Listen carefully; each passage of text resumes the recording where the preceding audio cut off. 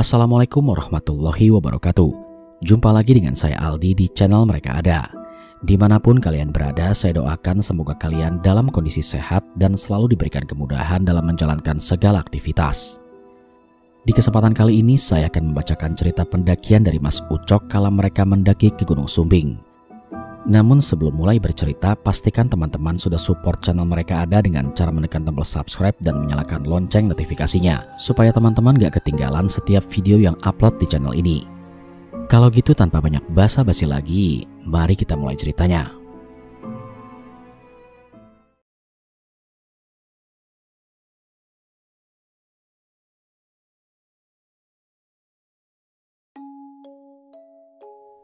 Waktu itu tanpa sengaja, Ucok mendapatkan pesan dari teman dekatnya yang berupa ajakan untuk mendaki gunung. Ucok bukanlah seorang pendaki, tapi teman dekatnya itu memang sudah sering mendaki gunung. Seringkali Ucok berkumpul dengan temannya di warung kopi. Sebut saja temannya itu adalah Baron. Melihat pesan yang berisikan ajakan itu, Ucok menolak, karena memang dia tidak suka dengan kegiatan seperti ini, alias bukan hobinya.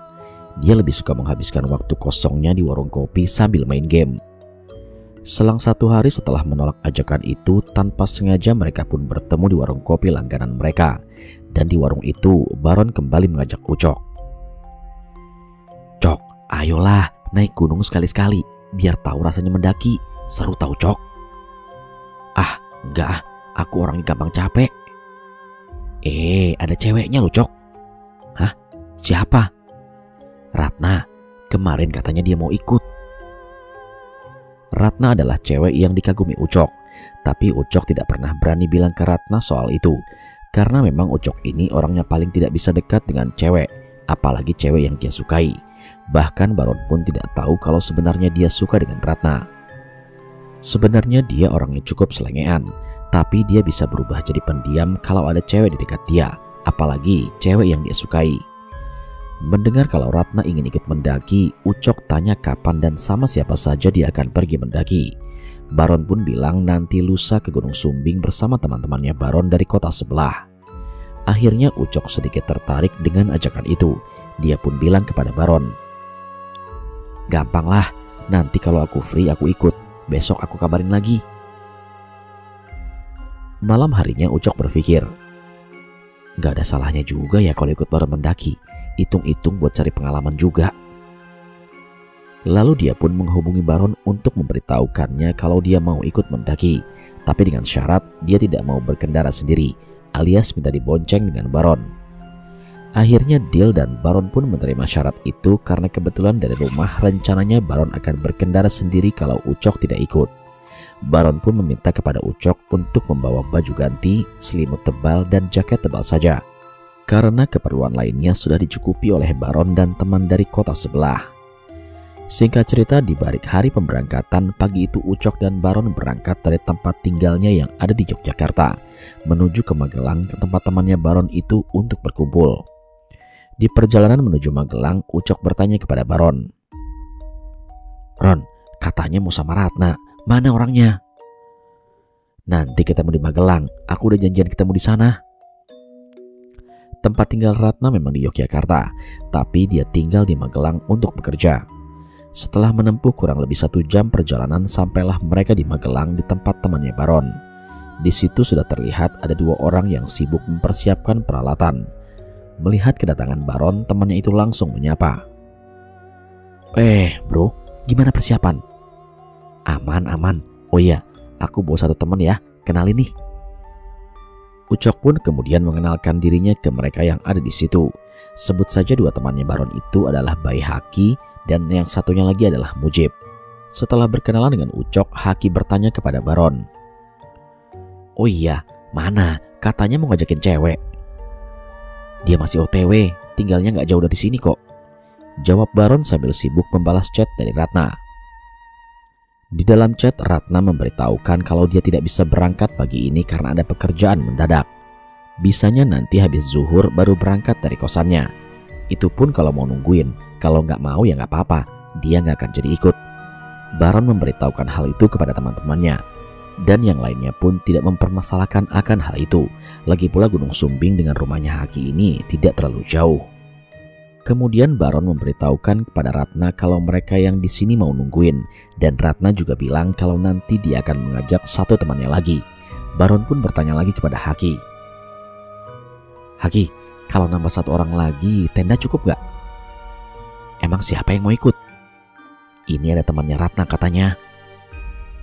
Haki bilang tidak apa-apa karena rencananya mereka akan membawa 2 tenda untuk pendakian kali ini. Di situ mereka santai-santai terlebih dahulu sambil menunggu Ratna. Karena ini adalah pendakian pertamanya Ucok, dia heran melihat peralatan yang akan dibawa. Ron, ini ntar dibawa semua? Ya iyalah Cok, semua ini wajib dibawa. Kalau enggak, kita yang akan susah nantinya. Mereka pun akhirnya ngobrol-ngobrol tentang jalur pendakian Gunung Sumbing yang akan mereka daki nanti. Ternyata Baron juga kali pertama ini naik ke Gunung Sumbing, tapi bukan pertama kali naik gunung. Singkat cerita, waktu sudah menunjukkan jam 1 siang. Terlihat Ratna mengirimkan pesan kepada Baron memberitahukan kalau dia sudah berada di daerah yang sebelumnya diberitahu Baron. Lalu Baron pamit sama teman-temannya untuk menjemput Ratna. Tak lama kemudian Baron pun kembali bersama Ratna dan satu teman ceweknya. Kemudian Baron memperkenalkan Ratna kepada yang lain. Setelah itu mereka istirahat lagi sebentar, kemudian berangkat pada pukul 2 siang. Di perjalanan mereka sempat mampir di minimarket untuk membeli logistik dan keperluan yang lain. Dan setelah itu mereka lanjut berkendara menuju base camp Gunung Sumbing via desa Butuh Kaliangkrik. Sesampainya di base camp kurang lebih jam 3 sore, Haki meminta kepada yang lain untuk membagi logistik yang mereka beli tadi, sedangkan Haki sendiri dia yang mengurus izin pendakian. Setelah izin diberikan dan logistik juga sudah terbagi, mereka lekas memulai perjalanan dengan tujuan agar tidak terlalu malam. Mereka berjalan dengan posisi Mujib di paling depan disusul dengan Ratna, Santi temannya Ratna, kemudian Baron, Ucok, dan yang paling belakang nanti adalah Haki. Di awal perjalanan mereka melewati jalanan berbatu yang sebagian besar sudah tersusun anak tangga dan sering bersimpangan dengan warga yang habis dari ladang. Ucok berjalan sambil sesekali melihat ke arah Ratna, walaupun yang terlihat hanyalah tas kerilnya saja. Sampai di sini Ucok sedikit ngos-ngosan karena memang ini adalah pendakian pertamanya. Tapi Ucok tetap berusaha untuk kuat karena nggak lucu aja kalau dia dibilang capek, sedangkan mereka yang cewek masih terlihat sangat fit dan bersemangat. Setelah menempuh kurang lebih 1,5 jam perjalanan, sampailah mereka di pos 1. Sampai di sini mereka istirahat di bangunan pos yang terbuat dari kayu sambil ngemil logistik dan menghabiskan beberapa batang rokok untuk yang cowok. Seringkali Baron bertanya kondisi pada Ratna dan Santi dan mereka bilang masih fit. Setelah cukup dengan istirahatnya, mereka kembali melanjutkan perjalanan. Setelah pos 1 ini jalannya mulai menanjak dan masih terdapat anak tangga yang tertata dari batu. Di perjalanan dari pos 1 menuju ke pos 2 ini masih belum ada hal yang aneh. Hanya saja Ucok merasa sangat kelelahan, tapi dia tidak menunjukkan itu kepada yang lain. Dia cuma ngedumel dalam hati. Tahu gini aku gak mau ikutan kemarin, mending di rumah aja main game. Ada sedikit rasa kesal kepada Baron karena dialah yang mengajak Ucok untuk mendaki gunung. Tapi di sisi lain dia juga tidak bisa menyalahkan Baron karena ini adalah kemauannya sendiri. Dengan penuh perjuangan, akhirnya mereka sampai di pos 2 sekitar pukul 5 sore. Di pos 2 ini mereka pun memutuskan untuk istirahat cukup lama dan lanjut jalan lagi nanti sehabis maghrib. Peralatan masak kemudian dikeluarkan untuk membuat minuman hangat dan beberapa matras untuk alas duduk. Di dalam bangunan pos, Haki sibuk merebus air dan yang lainnya mempersiapkan gelasnya masing-masing yang sudah diisi kopi. Karena sore itu cukup dingin, beberapa orang memilih untuk membuat jahe. Tak lama kemudian air pun mendidih dan mereka menikmati minumannya masing-masing sambil bercanda. Sambil mengepulkan asap rokok, sesekali Ucok melirik ke arah Ratna sambil berpikir. Kira-kira Ratna udah punya cowok belum ya? Tapi kayaknya belum sih. Kalau punya pasti dia mendaki gunung sama pacarnya. Tanpa terasa waktu sudah menunjukkan jam 6 kurang. Beberapa dari mereka menunaikan sholat maghrib tapi tidak dengan Ucok. Setelah selesai sholat maghrib, Haki bertanya kepada mereka semua. Gimana? Kondisi aman? Aman, jawab mereka semua. Ya udah yuk, kita lanjut jalan lagi. Kalau kelamaan berhenti, nanti malah dingin, ucap Haki. Mereka pun mengemasi peralatan masak dan matras untuk lanjut berjalan lagi. Sebelum lanjut jalan, Ucok bertanya kepada Haki. Masih berapa lama lagi mas sampai ke puncak? Lumayan, nanti kita ngecamp di pos 4. Besoknya baru kita naik ke puncak. Setelah selesai berkemas, perjalanan kembali dilanjutkan dengan posisi yang sama seperti tadi. Perjalanan menuju ke pos 3 ini cukup menguras tenaga hingga beberapa kali temannya Ratna meminta break karena kelelahan. Melihat temannya Ratna yang seperti kelelahan, Ucok merasa bersyukur. Bukan karena senang melihat dia capek, tapi ada yang mewakilinya untuk minta berhenti. Karena sebenarnya Ucok juga merasakan hal yang sama. Di saat berhenti untuk yang kesekian kali, tiba-tiba Ucok mencium bau yang sangat anyir. Awalnya dia berpikir mungkin itu baunya dari baju yang sudah basah oleh keringat. Tapi setelah dicium beberapa kali, ternyata bukan. Oleh karena bau itu cukup menyengat, Ucok pun nyeletuk. Bau apaan ini? Anyir banget. Mendengar ucapan itu, Baron yang berada di dekatnya pun bertanya. Bau apa, Cok? Tanya Baron yang tidak mencium bau itu. Gak tahu nih, baunya anyir banget, kayak bau darah hewan. Mendengar Ucok yang berkata seperti itu, Haki bertanya kepada Ratna dan Santi. Mungkin di antara mereka ada yang sedang haid, tapi mereka menjawab tidak. Haki kemudian bilang kepada Ucok, udah, biarin aja mas, mungkin ada hewan mati di sekitar sini. Ucap Haki yang sepertinya dia juga mencium bau itu. Ucok hanya menganggukkan kepala dan bau itu masih terus tercium. Setelah dirasa cukup istirahat, mereka lanjut jalan lagi dan bau anyir yang dicium ini semakin ke atas semakin menyengat. Di kondisi yang sedingin ini masih bisa mencium bau itu. Sambil berjalan dia membisiki kepada Baron. Ron, baunya semakin ke atas semakin menyengat. Kamu nyium gak? Enggak tuh, hidung kamu aja yang lagi pilek. Akhirnya Ucok berusaha mengabaikan semua itu. Dengan nafas yang ngos-ngosan, dia terus melangkahkan kakinya hingga sampailah mereka di sebuah sungai yang kering. Sebelum berjalan melewati sungai kering itu, dari depan Haki memberikan arahan. Hati-hati ya, jangan injek batu yang sekiranya licin biar gak kepleset. Dengan sangat berhati-hati, mereka menginjakkan kakinya di batu-batu yang sekiranya kering. Ketika sedang fokus dengan batu yang ia injaknya, sayup-sayup terdengar ada suara. Seperti orang yang sedang mandi dan suara itu terdengar dari arah atas sungai. Mendengar itu, Ucok langsung melihat ke arah atas sungai. Samar-samar terlihat seperti ada seorang wanita yang membelakanginya. Rambutnya sangat panjang dan berantakan. Dia sedang menyiram-nyiramkan gayung yang berisikan air di kepalanya. Melihat itu spontan Ucok nyeletuk. Siapa itu? Semua langsung melihat ke arah Ucok. Ada apa, Cok? Tanya Baron yang berada di depannya. Dia kemudian mengarahkan senter ke arah wanita yang dia lihat tadi. Semua senter disorotkan ke arah yang Ucok maksud. Tapi saat di senter, sosok wanita yang tadi terlihat sedang mandi tiba-tiba sudah tidak ada. Padahal tadi terlihat jelas kalau ada orang yang sedang mandi yang tersinari cahaya bulan. Melihat di situ tak ada apa-apa, Baron pun bertanya lagi. Ada apa sih, Cok? Tadi ada orang yang mandi di situ. Dan dari depan Ratna pun menyahut. Mas, jangan nakut-nakutin ah. Enggak, tadi beneran ada orang mandi di situ. Jawab Ucok dengan bingung. Karena memang di situ tak ada apa-apa, Haki pun membuka omongan. Udah mas, udah lanjut aja, jalan lagi yuk. Sambil berjalan meninggalkan tempat itu, sesekali Ucok masih melihat ke arah orang yang sedang mandi tadi. Tapi memang benar sudah tidak ada apa-apa. Dari sini Ucok merasa takut. Dia berpikir kalau yang dikatakan Haki itu ada maksudnya. Mungkin dia juga tahu tapi dia diam. Semakin mereka berjalan jauh meninggalkan sungai tadi, bau anyir yang tercium terasa semakin berkurang. Dari sini Ucok menyimpulkan kalau mungkin bau anyir itu ada hubungannya dengan sosok wanita yang sedang mandi tadi. Singkat cerita, sampailah mereka di pos 3 sekitar jam setengah 8 malam. Sesampainya di situ terlihat ada satu tenda pendaki lain yang sedang ngecamp sambil menyalakan api unggun kecil. Mereka kemudian menyapa penghuni tenda itu. Permisi mas, numpang istirahat ya, ucap Haki. Oh iya, silakan mas. Rombongan dari mana mas? Ucap salah satu pendaki itu. Kita campuran, ada yang dari Jogja dan ada yang dari Magelang. Dari situ mereka terlibat obrolan yang cukup panjang. Mereka ada 4 orang yang berasal dari Bandung dan kebetulan mereka ini dalam perjalanan turun tapi memutuskan untuk camp dulu di sini menunggu besok. Di sela-sela obrolan itu Haki bertanya, apakah di pos 4 ramai pendaki lain, dan mereka menjawab tidak begitu ramai. Mendengar hal itu, Haki mengajak yang lain untuk lanjut jalan lagi agar segera istirahat di sana.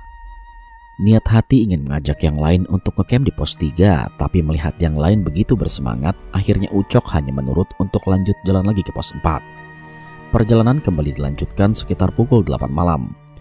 Jalanan menuju ke pos 4 ini vegetasinya sangat terbuka dan melipir tebing. Kira-kira di pertengahan jalan menuju ke pos 4, bau anyir itu kembali tercium oleh Ucok. Tapi kali ini Ucok hanya diam karena mengingat perkataan Haki tadi. Sambil berusaha diam, samar-samar dia melihat seperti ada orang yang sedang berjalan di sebelah kanan, di bawah tebing yang dia lewati. Jadi jalanan itu sebelah kiri tebing dan sebelah kanan ini lembah. Nah, orang itu sedang berjalan di sebelah kanan. Sambil jalan sesekali Ucok melirik ke arah orang itu. Dia adalah perempuan dan jalannya membungkuk. Sudah dipastikan itu bukanlah pendaki. Melihat keberadaan sosok itu, Ucok berniat memberitahu Baron. "Shh, lihat kanan." Sambil sesekali mengedipkan matanya ke kanan, tapi sepertinya Baron tidak mengerti apa yang dimaksud oleh Ucok. Karena memang tidak mengerti, Ucok tidak melanjutkan niatnya memberitahu Baron. Dia terus berjalan sambil dalam hati bilang, "Besok-besok gak mau lagi kalau diajak mendaki. Kapok, udah capek, ngantuk, ada hantu pula." Dia berjalan tanpa melihat ke arah kanan karena takut, entah sosok itu masih terus ikut atau tidak. Singkat cerita, sampailah mereka di pos 4 sekitar pukul 10 malam. Sesampainya di pos 4, mereka sangat lega karena sudah bisa beristirahat. 2 tenda kemudian mereka dirikan dengan posisi berjajar. Setelah tenda sudah berdiri, mereka membagi tugas. Sebagian mempersiapkan alat masak dan sebagian lagi mencari kayu untuk api unggun. Hakim, Mujib, dan Baron pergi mencari kayu bakar. Di depan tenda, Ucok menyiapkan peralatan masak bersama Ratna dan Santi. Sambil menyiapkan itu, Ucok hanya diam karena kalau ada Ratna di dekatnya, dia benar-benar tidak bisa bicara. Lalu Ratna bertanya, "Mas, ini cara pasang gas ke kompor gimana ya?" "Waduh, kurang tahu aku. Tunggu Baron aja, aku baru kali ini naik gunung."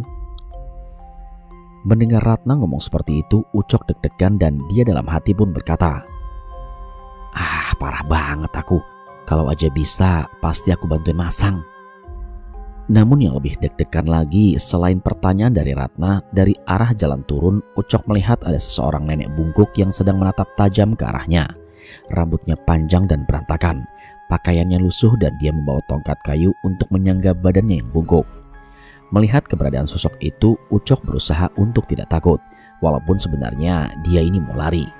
Namun dia ingat dengan salah satu perkataan temannya dulu. "Kalau melihat hantu jangan takut, beraniin aja, nanti dia yang bakalan takut sendiri sama kita." Sambil menata makanan yang akan dimasak, sesekali dia melirik ke arah sosok yang sedang berdiri itu, dan dia masih terus melihat ke arah Ucok. Mengingat perkataan temannya itu, Ucok memberanikan diri untuk menatap balik sosok itu. Terus dia liatin sosok itu dan tidak berpindah sama sekali, bahkan tidak gerak sedikit pun. Ketika sedang fokus menatap sosok itu, tiba-tiba dia dikagetkan dengan suara kayu yang dijatuhkan Baron di sebelahnya. Melihat Ucok yang kaget, Baron pun menertawainya. Lagi mikirin apa sih, Cok? Sampai kaget gitu?" "Oh, enggak, ada yang merhatiin kita dari tadi," jawab Ucok. "Siapa?" "Alah, bukan siapa-siapa," jawab Ucok sok pemberani. Setelah itu Ucok melihat kembali ke arah sosok nenek yang ia lihat tadi. Tapi kali ini sosok itu sudah tidak ada dan Ucok pun berpikir, "Kan bener, kalau aku beraniin, dia yang gak berani." Api unggun kemudian dinyalakan, bersamaan dengan itu mereka masak-masak untuk makan malam. Setelah selesai masak, mereka makan di sebelah api unggun sambil ngobrol ke sana kemari biar semakin akrab satu sama lain. Haki banyak bercerita tentang pendakian-pendakian sebelumnya. Ternyata Haki ini bisa dibilang pendaki yang sudah berpengalaman kalau dilihat dari ceritanya yang sudah pernah menapaki beberapa gunung di Pulau Jawa. Dia juga bilang kalau ada rencana pergi ke Gunung Semeru bulan depan dan kalau tidak ada halangan. Mendengar cerita dari Haki, Ratna pun ingin ikut. Itu pun kalau ada waktu luang karena dia mempunyai pekerjaan yang sulit untuk ditinggalkan.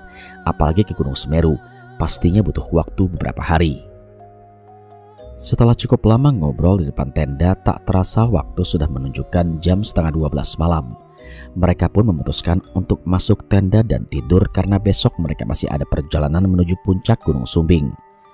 Tenda satu diisi oleh Ratna dan Santi, sedangkan tenda satunya lagi diisi mereka yang para cowok.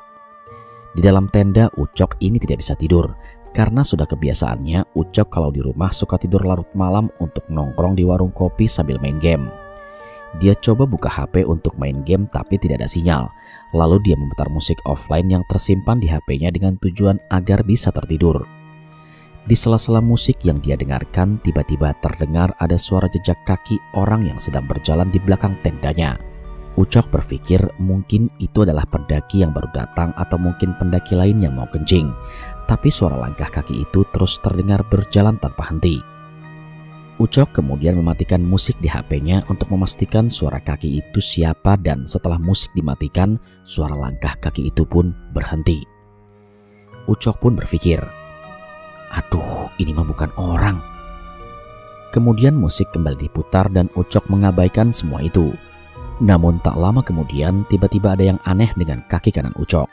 Kakinya ini tiba-tiba tidak bisa merasakan apa-apa, seperti habis disuntik bius. Tak bisa digerakkan sama sekali.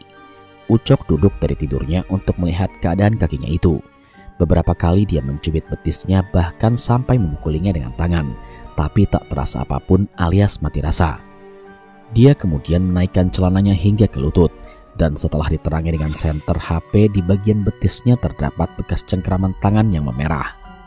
Melihat itu Ucok benar-benar kaget. Ini bekas tangan siapa? Perasaan dari tadi aku gak merasa megang betis sama sekali. Celana kembali diturunkan, kemudian dia kembali ke posisi tidur.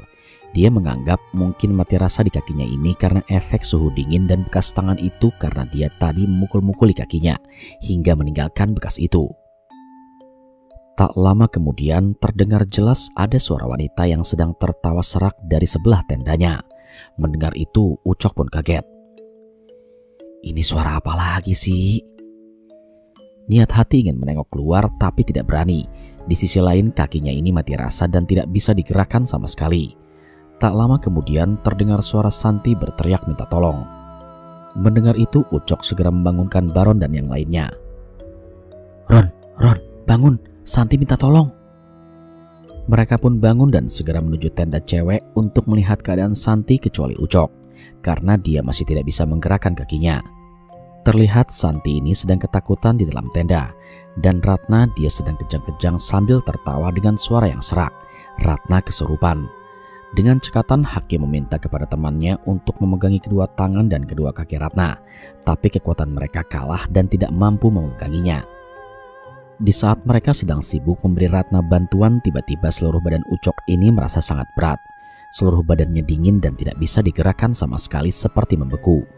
Melihat Ucok tidak ikut ke tenda cewek, Baron pun memanggilnya ke tenda. Cok, bantuin sini, Ratna kesurupan. Aduh Ron, sorry, badanku ini mati rasa, gak bisa digerakkan sama sekali, ucap Ucok sambil menggigil. Loh, emangnya kenapa? Gak tahu, ini udah dicoba digerakin tapi gak bisa. Lalu Baron berinisiatif untuk meminta bantuan ke pendaki lain. Satu tenda dia datangi dan penghuninya mau membantu. Di dalam tenda Ratna masih kejang-kejang dan matanya ini terus melotot. Haki mencoba interaksi dengan sosok yang masuk ke dalam tubuh Ratna. Belum sampai Haki bertanya, tiba-tiba Ratna duduk dengan tegap dan menunjuk ke arah tenda satunya sambil berkata, "Dia sudah kurang ajar kepada saya." Haki kemudian bertanya, "Dia siapa?" "Temanmu. Dia menantangku. Aku tidak terima," ucap sosok itu sambil terus menunjuk ke arah tenda satunya. Mendengar itu Baron pun berpikir, di tenda satunya cuma ada Ucok. Apa mungkin yang dimaksud itu adalah Ucok? Setelah mengucapkan kata-kata itu, sosok yang ada di dalam tubuh Ratna keluar dengan sendirinya dan tubuh Ratna langsung lemas. Haki pun langsung mendatangi tenda satunya untuk mengambil minyak kayu putih di tasnya dan meminta pada yang lain untuk membuatkan Ratna teh hangat. Di tenda satunya, dia melihat Ucok ini sedang menggigil kedinginan. Melihat keadaan Ucok yang seperti itu, Haki berteriak memanggil Baron. "Baron, sini sebentar." Dengan cekatan Baron langsung datang dan dia juga kaget melihat keadaan Ucok yang seperti itu. Jadi waktu itu Ucok merasa dingin sekujur tubuhnya. Seluruh badannya ini rasanya seperti ditusuk-tusuk dengan jarum. Untuk bergerak saja dia tidak bisa. Di sini Haki sudah mengira kalau yang dimaksud sosok itu adalah Ucok. Tapi dia tidak tahu apa yang sebelumnya dilakukan Ucok sampai sosok itu bilang menantangnya. Beberapa sleeping bag diselimutkan ke tubuh Ucok tapi kondisinya tidak juga membaik. Haki sempat berinisiatif untuk turun meminta bantuan, tapi sama Mujib dilarang karena itu akan membahayakan dirinya juga nantinya. Akhirnya mereka berinisiatif untuk merebus air hangat dan dimasukkan ke dalam botol, kemudian air itu diletakkan di antara tubuh Ucok. Di sisi lain dari tenda satunya terlihat Ratna sudah membaik. Seringkali dia bertanya apa yang barusan terjadi, tapi mereka tidak memberitahukannya kalau dia habis kesurupan. Yang Ratna tahu sekarang kondisi Ucok seperti itu. Haki dan yang lainnya mengucapkan terima kasih kepada pendaki lain yang menolongnya tadi dan mempersilahkan mereka untuk lanjut istirahat. Malam itu mereka tidak tidur untuk memastikan kondisi Ucok yang masih terus saja menggigil kedinginan. Di sini mereka saling bertanya kenapa Ucok bisa jadi seperti itu dan kenapa sosok tadi bilang tidak suka dengan salah satu temannya. Memangnya apa yang sebelumnya dilakukan Ucok? Mereka tidak ada yang tahu. Malam itu mereka lanjut tidur hingga tanpa terasa subuh pun menjelang. Perlahan Ucok bisa mengendalikan tubuhnya. Dia meminta tolong kepada Baron untuk mengambilkan air minum. "Ron, tolong ambilin air minum dong," ucap Ucok sambil berusaha duduk. Rasa dingin yang dirasakan Ucok perlahan mulai menghilang. Kaki kanan yang tadinya mati rasa pun perlahan sudah bisa digerakkan dan tak terasa pagi pun tiba. Pagi itu Baron bertanya kepada Ucok apa yang telah terjadi. Dan Ucok pun menjelaskan kepada mereka tentang apa yang sudah dia lihat dan dia rasakan, termasuk sosok nenek yang menatapnya tajam ketika yang lain sedang mencari kayu bakar. Mendengar penjelasan dari Ucok, Haki menyimpulkan kalau mungkin sosok itu tidak suka karena di sepanjang perjalanan naik tadi malam, Ucok ini terus saja mengucapkan kata-kata yang mungkin tidak disukai oleh sosok itu, termasuk bau anyir dan orang yang mandi di sungai. Ditambah lagi menurut Ucok, dia sempat melihat sosok nenek tua dan terus menatapnya. Bisa jadi sosok itu merasa tidak suka dan merasa ditantang oleh Ucok.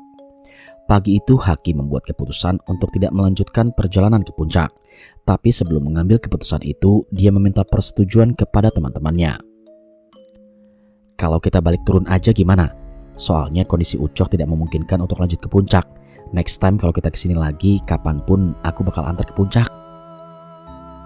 Mereka semua menurut. Lagian juga gunungnya tidak akan pindah kemana-mana. Yang terpenting sekarang adalah keselamatan Ucok. Pagi itu mereka terlihat mengemasi barang-barang dan akan kembali turun. Sebelum berjalan turun, mereka tidak lupa mengucapkan terima kasih kepada pendaki yang sudah membantunya semalam. Ucok yang masih belum sepenuhnya fit digandeng oleh Haki. Sambil digandeng itu, Haki berbisik kepada Ucok. "Mas, nanti di sungai yang semalam katanya ada orang mandi, kamu minta maaf ya." "Wah, aku gak berani, Mas." "Udah, tenang aja, nanti aku temenin." Singkat cerita, sampailah mereka di sungai tersebut. Sampai di situ, Hakim minta kepada yang lain untuk jalan duluan pelan-pelan. Mujib yang sudah tahu dengan maksud Haki mengajak yang lain untuk lanjut jalan duluan dengan pelan-pelan. Kemudian Haki bertanya kepada Ucok di mana semalam dia melihat orang yang sedang mandi. Ucok kemudian memberitahunya dan setelah itu mereka berjalan menuju ke tempat itu. Sesampainya di situ Haki berucap, "Mbah, permisi dan minta maaf kalau teman saya ini ada salah. Kita tidak ada maksud untuk menantang." "Iya Mbah, saya juga minta maaf." Setelah mereka berdua mengucapkan kata-kata itu, mereka pun pamit untuk kembali turun. "Ya sudah ya Mbah, saya turun dulu." Tak lama berjalan, Ucok dan Haki pun kembali bergabung dengan rombongan yang lain. Singkat cerita, sampailah mereka kembali di base camp. Tanpa lama-lama di base camp, mereka lanjut berkendara pulang menuju rumah Haki. Sebelum sampai di rumah Haki, mereka berpisah dengan Ratna dan Santi. Sesampainya di rumah Haki, Ucok menceritakan semua kejadian yang dia alami itu secara detail pada Haki, Baron, dan Mujib. Tentang sosok wanita yang sedang mandi di sungai itu yang mungkin itu adalah sosok nenek yang dilihat Ucok di pos 4. Dia juga memperlihatkan bekas cengkraman tangan di kakinya itu kepada mereka yang masih membekas hingga saat itu. Haki bilang kepada Ucok kalau malam itu Ratna sempat kesurupan, dan sosok yang ada di dalam tubuh Ratna bilang kalau dia tidak suka dengan Ucok. Setelah mengalami kejadian itu, Ucok tidak mau lagi mendaki ke gunung karena kapok. Baru pertama kalinya mendaki sudah mendapatkan masalah seperti itu. Tapi ini menjadi pelajaran yang sangat berharga bagi Ucok dan yang lain, bahwasanya sebisa mungkin kita harus menjaga perilaku kesopanan selama kita mendaki gunung. Gunung itu tidak lepas dari hutan dan hutan itu tidak lepas dari mereka yang hidup di sana.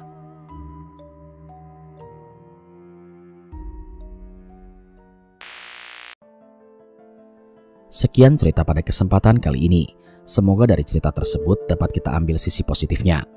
Terima kasih kepada teman-teman yang sudah setia menyimak cerita di channel Mereka Ada.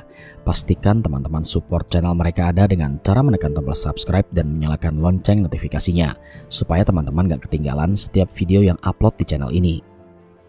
Kalau gitu sampai di sini dulu perjumpaan kita kali ini. Sampai bertemu pada episode selanjutnya. Saya Aldi pamit undur diri dari hadapan kalian. Wassalamualaikum warahmatullahi wabarakatuh.